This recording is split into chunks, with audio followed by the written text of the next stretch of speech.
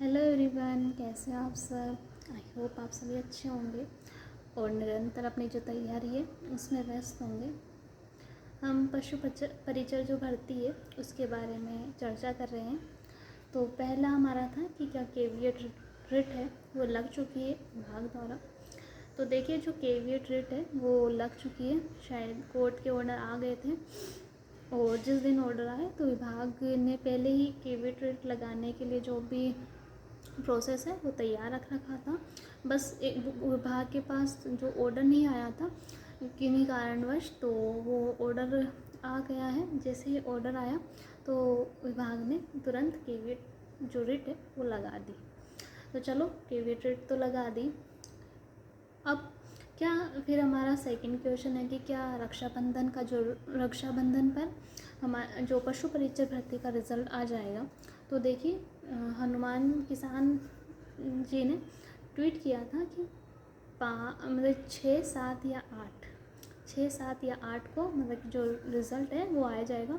और 24 अगस्त तक है ना, जो मतलब कि डिस्ट्रिक्ट अलॉटमेंट के जो ओपन होते हैं वो ओपन हो जाएंगे। और 7 दिन का टाइम, मतलब कि जल्दी ही जो प्रोसेस वगैरह है, ज्वाइनिंग का प्रोसेस बहुत जल्द होगा। तो देखिए, आज हो गई 3 अगस्त।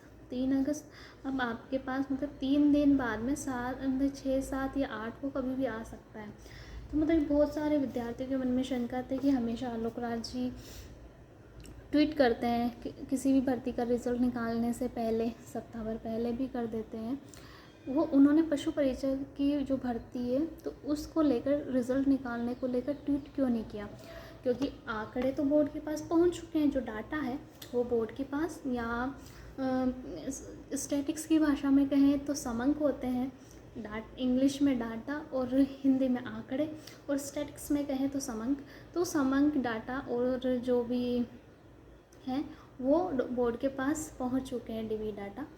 तो देखिए, उनका अभी तक कोई ट्वीट नहीं आया इस रिगार्डिंग कि पशु परिचर की भर्ती का रिज़ल्ट वो किस डेट को जारी करेंगे। इससे पहले जो एएन वगैरह, एएन सिविल डिग्री और डिप्लोमा धारी, उनका रिज़ल्ट कब निकालेंगे उसका भी आया था।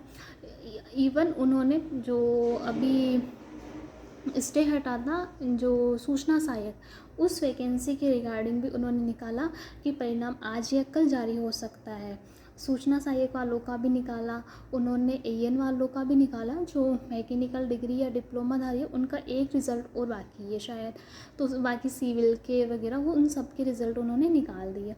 चलो ठीक है, लेकिन अभी तक अपने रिज़ल्ट को लेके उन्होंने कोई अपडेट नहीं दी। हाँ, अभी तक उन्होंने कोई अपडेट नहीं दिया। अभी तक जो अपने पास अपडेट है वो हनुमान, जो भाई साहब है हनुमान किसान, उन्होंने अपने को जो अपडेट दी है बस उसी अपडेट तक अपने को पता है कि हाँ, जो 6, 7 या 8 इसमें से कोई सी भी तारीख को जो रिज़ल्ट है वो अपना आ जाएगा। अब नेक्स्ट क्वेश्चन था कि रिज़ल्ट है तो क्या वो बिना स्पोर्ट्स और बिना जो पीएच कैंडिडेट के बिना आएगा? तो हाँ, तो मतलब कि जो रिज़ल्ट है अपना वो बिना स्पोर्ट्स और बिना पीएच के कैंडिडेट के, मैं उन दोनों को हटा के फिर जो अपना रिज़ल्ट है, जो नॉर्मल कैंडिडेट का रिज़ल्ट होता है वो आएगा। मतलब कि जिसके अंदर ना मतलब और कुछ सीटें होल्ड रखी जाएगी। तो देखिए ना, मतलब कि अगर मतलब कि जो वैसे तो एक सीट होल्ड होती है, लेकिन जिनके है ना पीएच के अंदर, जिनमें मल्टीपल डिसऑर्डर वगैरह होते हैं तो उनकी 2 सीट होल्ड रखी जाती है।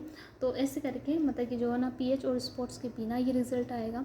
तो अब बोल रहे हैं कि अगर पीएच और स्पोर्ट्स के बिना रिज़ल्ट आता है तो जो किनारे पे जो हैं, मतलब कि जैसे मान लीजिए एक व्यक्ति है, तो जैसे ना अपन कोई सी भी एक मान लीजिए कि ओबीसी के अंदर या जनरल के अंदर, ओबीसी मान लेते हैं ना, ओबीसी के अंदर है ना जो 500 कैंडिडेट है, 500 के अंदर मान लीजिए कि किसी बच्चे की रैंक है वो 495 है, ठीक है। और उसमें ओबीसी की जो मतलब कि पीएच और स्पोर्ट्स की जो सीटें हैं वो मान लीजिए 4 है, उसकी रैंक है 495, और पीएच और स्पोर्ट्स की मिला के उसकी जो सीटें होती, मतलब कि जो 4 है वो 4 सीटें अब है, मतलब कि है ना, तो 4 सीटें पीएच और स्पोर्ट्स की है, उसकी रैंक है 495। लेकिन अगर पीएच के अंदर अगर किसी के मल्टीपल डिसऑर्डर वगैरह होते हैं तो एक की जगह 2 सीट होल्ड रखी जाती है ना। तो उसकी भी सीट होल्ड रखी जा सकती है, क्योंकि उसकी रैंक है 495, स्पोर्ट्स और पीएच 4 है, तो एक मिला के मतलब कि उसकी सीट होल्ड रखी जा सकती है। कहने का मतलब है उसका जो रिज़ल्ट है वो यहाँ पे ना आकर, जो मतलब कि वेटिंग लिस्ट है, जब पीएच और स्पोर्ट्स का रिज़ल्ट जारी करेंगे उस लिस्ट में उसका आ सकता है ना।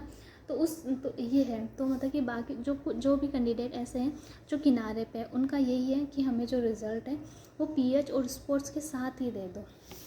तो मतलब ये पॉसिबल नहीं है, क्योंकि है ना पीएच और स्पोर्ट्स के साथ अगर रिज़ल्ट देते हैं, ठीक है, पीएच और स्पोर्ट्स के साथ अगर रिज़ल्ट देते हैं तो कुछ जो पीएच हैं उनको मतलब कि बहुत लेट ना, मतलब कि जो डेटें हैं वो लेट मिल रही है किसकी, मतलब कि जो उनकी जो, और कुछ जो स्पोर्ट्स है, तो स्पोर्ट्स को देखिए ना, मतलब कि कुछ लोग हैं जो फर्जी स्पोर्ट्स सर्टिफिकेट भी बनवा लेते हैं। अभी है ना जो भर्ती हुई थी, पीटीआई भर्ती, उसमें भी काफ़ी सारे फर्जी लोग ना, फर्जी लोगों ने ना बना लिए थे सर्टिफिकेट। साथ ही साथ भी जो वैकेंसी हुई थी, जो अग्निशामक वाली हुई थी ना फायर डिपार्टमेंट में, उनमें भी उन्होंने जो डिप्लोमा वगैरह उन्होंने काफ़ी सारों ने फर्जी किया था।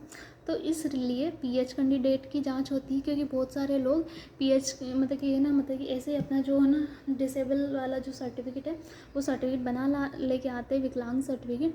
लेकिन मतलब कि जैसे ना अभी जो जेईएन वगैरह की भर्ती हुई है उसमें है ना, मतलब कि जो उनकी जो उनको भेजा वहाँ पे हॉस्पिटल, तो ना डॉक्टर ने उनको देखते ही मतलब कि मना कर दिया कि आप पीएच की कैटेगरी में नहीं आते। तो ऐसे बहुत सारे हैं जो मतलब कि 40 जो एक होता है कि मतलब कि 40% क्राइटेरिया होता है ना विकलांगता का ना, भाई आप मैंने इस विकलांग इंसान कैसे कहलाता है ना। तो उस 40% का आपका जो आपका है वो मतलब कि जो भी पार्ट वगैरह है वो डिसेबल है, तो मतलब कि उसको जो क्राइटेरिया होता है तो उसमें आना चाहिए। तो ये जो लोग हैं जो अपनी सीटें हैं, मान लो मतलब कि कितने 500 200 300 जितने भी पीएच और स्पोर्ट्स की सीटें होती हैं, तो उनकी जांच बारीकी से होती है, क्योंकि एक राउंड में ज़रूरी थोड़ी है उनकी जांच हो जाएगी। जैसे स्पोर्ट्स है, स्पोर्ट्स के सर्टिफिकेट की पूर्णतः क्या ये बच्चा है इस सत्र में मतलब कि यहाँ स्पोर्ट्स कैंडिडेट है नहीं है, सर्टिफिकेट झूठा है क्या है, तो तो इसके लिए भी पूरी एक टीम बैठती है, सर्टिफिकेट की जांच वगैरह सब होती है। तो इसके रिगार्डिंग काफ़ी टाइम निकल जाएगा। और जो बाकी जो बच्चे हैं तो उनका जो वो ना, तो फिर उनको भी तो एक लंबा भर्ती का इंतज़ार करना पड़ेगा। अब देखिए ये भर्ती 2023 में आई थी, 2023 में आई थी, तब तक इस भर्ती को लेके सिलेबस इतना मतलब कि लंबा चौड़ा लेंदी सिलेबस जारी किया था। फिर जो अगस्त में तो सितंबर अक्टूबर में या अगस्त सितंबर में इसका जो सिलेबस है वो थोड़ा कम किया गया, जो बी पार्ट था।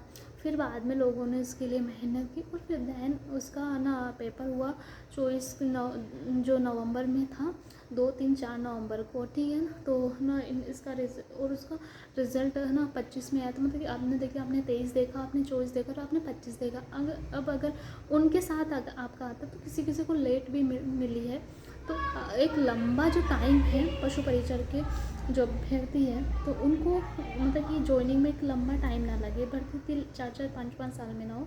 तो इस वजह से स्पोर्ट्स और पीएच को उनको अलग का रिज़ल्ट है वो अलग से कर दिया जाएगा। अब कुछ विद्यार्थियों के मन में रहते हैं कि हमारा मतलब सीट होल्ड की वजह से हमारा नहीं आ पाया, तो आप 2 3 महीनों का और वेट कर ले, मतलब आपका आना तो है, कोई नहीं, फर्स्ट लिस्ट में नहीं आया कोई दिक्कत नहीं है, लेकिन आपका सेकंड लिस्ट में आने का पूरा चांस है, क्योंकि वो तो सीट होल्ड की वजह से आप किनारे पे थे तो आप उधर आ चुके हैं। तो लेकिन कोई बात नहीं, जो अभी आप हैं आराम से होती है, देखो टेंशन होती है अगर सीट होल्ड की वजह से नंबर नहीं आ पाता तो दिक्कत भी आती है, और एक मनोबल है वो पूरा टूटता है। लेकिन अब जो आपका कोई नहीं, 2 3 महीने बाद में जब इनकी वो हो जाएगा, इनका रिज़ल्ट जारी होगा, तो उस टाइम जो सीट होल्ड एक्स्ट्रा में रखी गई है तो उसका भी रिज़ल्ट साथ में जारी कर देंगे। और रक्षाबंधन से पहले रिज़ल्ट आ जाएगा जैसे बताया गया है। और जिस दिन रिज़ल्ट जारी होगा उस दिन सर का भी ट्वीट आ जाएगा, वो भी टेंशन ना लें। और एलडीसी वाले हैं तो एलडीसी और पशु परिचर वालों में भी देखिए, मतलब हद मान के 100 जन ऐसे होंगे जिनका एलडीसी और पशु परिचर पे आया होगा। बाकी इतने कोई ज़्यादा मतलब ऐसे भी नहीं है कि 1000-2000 जनों का एलडीसी में भी आया और पशु परिचर में आया, ऐसा नहीं है। केवल 100 तो आप हद मान के चलिए, 100 या 200 तो जिनका एलडीसी में नंबर आया है ना, तो वो एलडीसी ही ज्वाइन करेंगे, क्योंकि इन दोनों का रिज़ल्ट में हद मार के 5-7 दिन का इतना ही रहेगा, क्योंकि उनका भी पीएच और स्पोर्ट्स के बिना ही आएगा, क्योंकि उनको लंबी डेट मिल रही है। तो क्या ना, एलडीसी भर्ती का पशु परिचर की भर्ती पे इतना कोई ख़ास फ़र्क नहीं पड़ेगा, क्योंकि देखो ना, कुछ विद्यार्थी चर्चा कर रहे थे कि मान लो किसी का एलडीसी और पशु परिचर दोनों में ही हो रहा है, तो मान लो पहला जो डिस्ट्रिक्ट प्रेफरेंस मिलेगी, वो रिज़ल्ट अभी पशु परिचर का फिक्स हुआ है कि हाँ पशु परिचर का आ जाएगा। तो अगर पशु परिचर का रिज़ल्ट आ जाता है ना, तो वो पहले एलडीसी छोड़ के पशु परिचर का ज्वाइन करेगा ना, फिर बाद में जब एलडीसी में उसका आएगा तब वो एलडीसी ज्वाइन करेगा। तो मान लीजिए मतलब कि एलडीसी और पशु परिचर का जो ज्वाइनिंग टाइम है उसमें कोई ज़्यादा अंतर नहीं रहेगा, कोई ऐसा नहीं है कि 6-6, 7-7 महीनों का अंतर हो, नहीं, उसमें हद मान के 10-15 दिन का अंतर मान लीजिए, क्योंकि रिज़ल्ट तो 10-15 दिन बाद में ही आएगा, क्योंकि मोस्ट जो काम था एलडीसी वालों भर्ती का वो भी हो चुका है, और वो भी साफ सट है कि पीएच और स्पोर्ट्स के बिना आएगी, बिना उसका रिज़ल्ट क्लियर होगा। तो आराम से है ना, मतलब 10-15 दिन या 1 महीने का फ़र्क रहेगा। अब 1 महीने की आप पशु परिचर की जॉब में जो एलडीसी वाला विद्यार्थी वो क्या उखाड़ लेगा, कुछ भी उखाड़ नहीं पाएगा। तो उसका माइंड फिट है, अगर उसका एलडीसी में हो रहा है, मतलब कि जो उस रैंक तक उसका हो रहा है, तो आराम से ना एलडीसी ज्वाइन करेगा, वो पशु परिचर भर्ती नहीं ज्वाइन करेगा। तो मतलब कि इतना ज़्यादा पशु परिचर और एलडीसी में इतना वेरिएशन नहीं आएगा कि अगर एलडीसी का रिज़ल्ट पहले आ गया और पशु परिचर का बाद में आया, तो मतलब इतना कुछ, क्योंकि जो एलडीसी है वो चॉइस ऑफ ग्रेड पे की है और अपने 1700, तो उनको भी अपने ग्रेड जो एलडीसी की पे मैट्रिक्स भी ज़्यादा है उनका, मतलब कि वो एक कलर की जॉब है, और इधर आपका ये ग्रुप डी की जॉब है, वो ग्रुप सी की जॉब है। ग्रुप सी और ग्रुप डी के अंदर मतलब अंतर तो होता है। अब जो एलडीसी में सिलेक्ट हो रहा है वो पशु परिचर में तो क्यों ही आएगा, क्योंकि उसे पता है कि जो बॉन्ड भी साइन होते हैं जॉब ज्वाइन करने के बाद में, बॉन्ड वगैरह साइन होते हैं कि अगर आपने 2 साल से पहले अगर जॉब छोड़ दी तो आपको ये बॉन्ड भरना पड़ेगा, और बहुत सारे जो मतलब चीज़ें होती हैं। तो इतना जल्दी कोई सा भी डिपार्टमेंट किसी भी व्यक्ति को फ्री नहीं करता है, तो प्रोसेस पूरा फॉलो होता है, और 1 महीने के लिए वो इतना बड़ा, 1 या 2 महीने के लिए वो इतना झंझट क्यों लेगा। उसे भी पता है कि इतना आसान नहीं होता किसी जॉब से रिज़ाइन देना, वो विभाग आपको जल्दी रिलीव कर दे, नहीं होता। किसी अगर मान लीजिए कोई आपका इस्तीफ़ा ग्रहण कर ले, इतना आसान नहीं होता ना। तो इतना कोई वेरिएशन नहीं आएगा एलडीसी और पशु परिचर में। आएगा तो जो एलडीसी वाले हैं उनका माइंडसेट फिक्स है कि हाँ हमें तो मतलब कि जैसे पशु परिचर के बारे में ऐसे मतलब जो कार्य है और एलडीसी का कार्य, दोनों ही अलग अलग काम है। तो जो मतलब कि अगर आपको कहा जाए कि आपको ग्रुप सी की चुनना है या ग्रुप डी की, तो डेफिनेटली आपको इतना ही पता है कि मैं ग्रुप सी की चुनूँगा, क्योंकि ग्रुप सी के अंदर क्या है, जो पे मैट्रिक्स डी से अच्छा है। ग्रुप सी की जॉब है, उनका आराम से कूलर वूलर लगा हुआ मिलेगा उनके ऑफिस में, काम होगा, आराम से रेस्ट की जॉब है। वो क्यों करेंगे, वो क्यों किसी डॉक्टर के अंडर वर्क करेंगे, क्यों किसी एलएसए के अंडर वर्क करना चाहेंगे। तो उनका एक अलग डिपार्टमेंट होगा, ठीक है, उनका और अपना है। तो अपना मतलब जो पशु परिचर वालों का, तो उनका एक अलग चीज़ होगी। तो एलडीसी वाले पशु परिचर की सीट को नहीं खाएंगे, जिनका एलडीसी में नहीं होगा ना। तो और देखिए ना, अगर उनका हो भी जाता है, ठीक है, तो डिस्ट्रिक्ट अलॉटमेंट में तो मान लीजिए वो अपना करवा लेंगे डिस्ट्रिक्ट अलॉटमेंट में। और जिन्होंने दोनों तरफ अगर वो करवाया है, दोनों तरफ टीवी करवाया है, तो लिस्ट में तो फर्स्ट लिस्ट आएगी, तो उसमें तो दोनों तरफ ही उनका नाम आएगा। अगर दोनों में वो फाइनल सेलेक्टेड होते हैं तो आप और हम कुछ कर ही नहीं सकते। तो मतलब उस चीज़ की हम टेंशन भी नहीं ले सकते कि उसका एलडीसी में आया पशु परिचर में, तो वो चीज़ कब होगी, अगर वो एलडीसी ज्वाइन करे, पशु परिचर ज्वाइन ना करे ना, तब वो आती है। तब मतलब वेटिंग लिस्ट में जो किनारे पे है उनका नाम आता है, ऐसे तो उनका भी नाम नहीं आएगा।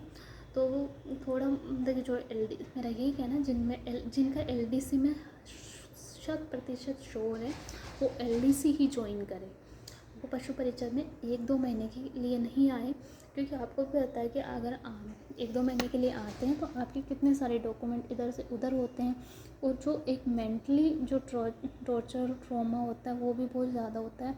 आप सोचते हैं कि 2 महीने इधर से ले लूँ, ऐसा कुछ भी नहीं है। और इतना मतलब एलडीसी और पशु परिचर वालों को देखना, जो जॉइनिंग है उसमें ज़्यादा अंतर नहीं मिलेगा, हद मार के 1 महीने का बहुत ज़्यादा अंतर मिलेगा। 1 महीने की सैलरी से आपका कुछ भी नहीं होगा। लेकिन अगर आपने ये कर लिया ना कि पहले पशु परिचय ज्वाइन कर लूँगा, फिर बाद में एलडीसी का आएगा तो एलडीसी ज्वाइनिंग के टाइम एलडीसी ज्वाइन कर लूँगा, तो आप कतई ना सोचें कि आपको विभाग ऐसे जाने देगा, क्योंकि मतलब थोड़ा कुछ तो आपको भी लोड होगा ना, तो लोड क्यों करना। भाई एलडीसी में आ रहा है तो आराम से एलडीसी में करवाएं, आराम से। तो बस इतने ही, जिनका एलडीसी में आ रहा है तो वो एलडीसी में जाएं, और जिनका पशु परिचय में जो किनारे पे सीटें होल्ड की वजह से जिनका नहीं चयन होने में थोड़ी दिक्कत आएगी, तो वो थोड़ा सा सब्र कर ले, 2-3 महीने बाद उनको भी बहुत अच्छा परिणाम मिलेगा। तो जितने भी पशु परिचर और एलडीसी में सिलेक्टेड कैंडिडेट हैं उनको हार्दिक शुभकामनाएं, और जो तैयारी कर रहे हैं वो कंटिन्यू अपनी तैयारी करें। आपको यहीं पे नहीं रुकना है, आपको और भी आगे तैयारी करनी है, और निरंतर अपने जो कदम है यहाँ तक नहीं थमे, आगे और भी एक बड़ी प्रेफरेंस है वो आपको मिलेगी, एक अच्छी जॉब आपके लिए और बैठी है।